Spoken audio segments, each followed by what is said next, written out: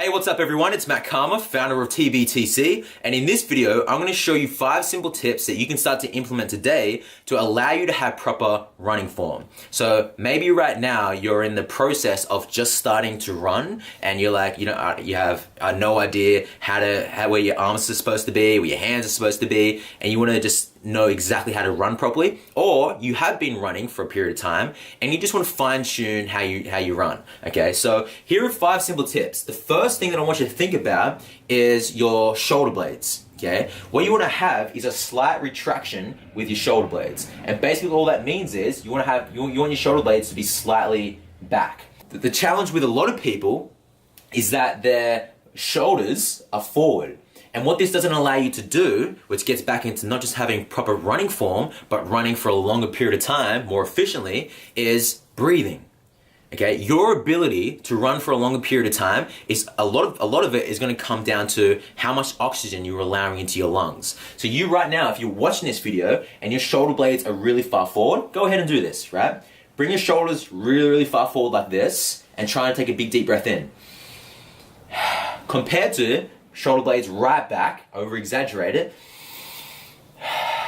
you're allowing more oxygen to get into your lungs, okay? So when you're running, I want you to think about slight retraction of your shoulder blades, okay? You don't have to over exaggerate it like you're a chicken or anything like that, right? Just slightly, just a slight retraction, okay? That's the first thing.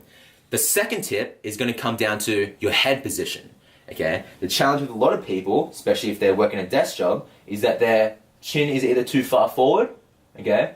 And you don't really see it all the way back usually. It's usually just the head is too far forward.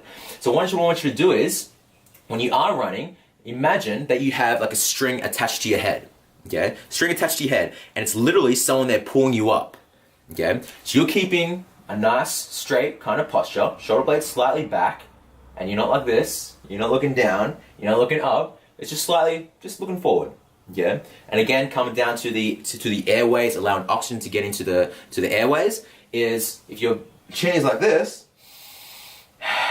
you're not allowing as much oxygen to get into your lungs. Again, if you've ever done a first aid course, what do they tell you to do with their chin? To pull it slightly up, right? Allowing that oxygen to get into those lungs. Okay, so when you're running, don't look at like this. Okay, just slightly up.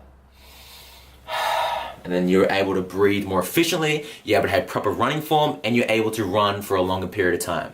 The third thing that I want to talk about is your arms, the positioning of your arms. The challenge with a lot of people that I see, either they're running like this, okay, they're running too far out, or their arms are just going all over the place, or their hands, when they run, it looks all weird like a spider or something like that. Wrong metaphor, but you get the idea. So where I want you to have your arm positions is just slightly touching your rib cage, okay? You don't want it compressed in, otherwise when you're running, you're gonna get some massive chafe or along your armpits and so on. We don't want that. I've had that, it's terrible. So what you wanna do, just slightly on your rib cage. And when you're running, imagine that you have these 2 doors tucked into your shoulders, right? And you're really trying to keep it in there, because if you touch the doors, then everyone in the universe dies, okay? So you don't want to touch those doorways. So there's a big wall, you're going forward, and you're keeping it nice and tight. If it goes out like that, then everyone in the universe dies. We don't want that to happen, so just keeping it slightly in, okay? I literally just came up with that metaphor while I was on the spot. So if you're running, it's gonna look like this, okay? Shoulder blades slightly back, chin slightly up, and then you're running with the elbows slightly tucked in, okay? Just like this, cool? And also with the arm positioning as well, you'll notice that my arms are at a 90-degree angle. They're not like this, okay? They're just nice and 90 degrees, elbows going slightly back, and so on, cool? So that's the third tip. The fourth tip that I want you to think about is activating your core. And the reason why this is so important, and I'll leave a link above if you don't know how to activate your core, because that can take 4 or 5 minutes. I'm gonna keep this short. So activating your core is really important, because when you're running, let's say that this is your body here.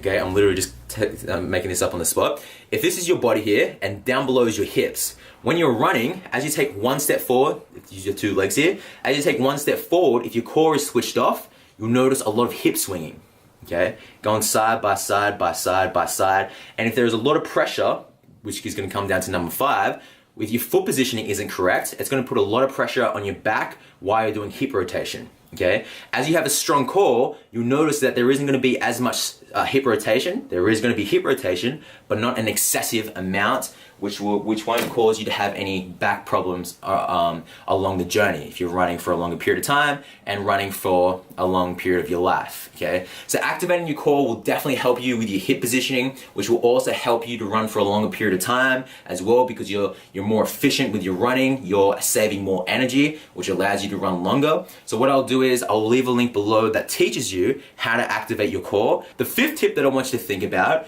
how you're positioning your feet when you're running.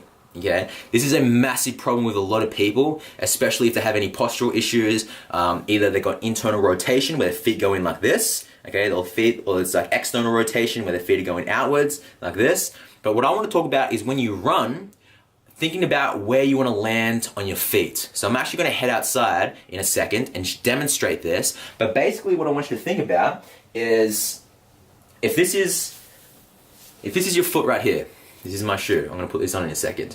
What you want to be landing on, a lot of people think that because they walk like this, boom, boom, and then boom. Okay, they're landing on their heel first. You don't want to be doing that while you're running. When you're running, I want you to land in this position here, pretty much the midfoot. Okay, and I'm going to give you a bonus tip as well with this, because I just thought about this. So it's not actually 5 tips, it's 6. So when you're running, I want you to make sure that you're landing in this position here. Okay, this position here. And which brings into the 6th bonus tip is when I say keeping your shoulder blades back, I also want you to have a forward lean with your body. Just slightly though. Not like this where you're bending over, just slightly. The reason why is because if you're too upright, especially when you're landing on your heels, there's so much pressure going down on your hip because the gravity is going straight down on you, going straight into your hips, which can cause hip problems along the way. When you have a slight forward lean in your body, number one, you're more efficient when you're running because you're allowing gravity to help you when you run, okay? But also it's going to allow you to land in this position here. Okay, so you may need a visual demonstration, so I'm going to put these joggers on, I'm going to head on outside and give you a visual demonstration with all these tips in order, especially number 5 and 6. So you're going to see me just demonstrate pretty much all the 6 tips in order, and I really want you to make sure that you're focusing, especially where I'm landing on my feet, thinking about my hip positioning, thinking about where my arms are, the shoulder blades back, but my body's slightly forward. All those things come into place when you do have proper form, and I'll show you from a side angle, and I'll also show you from a front angle as well.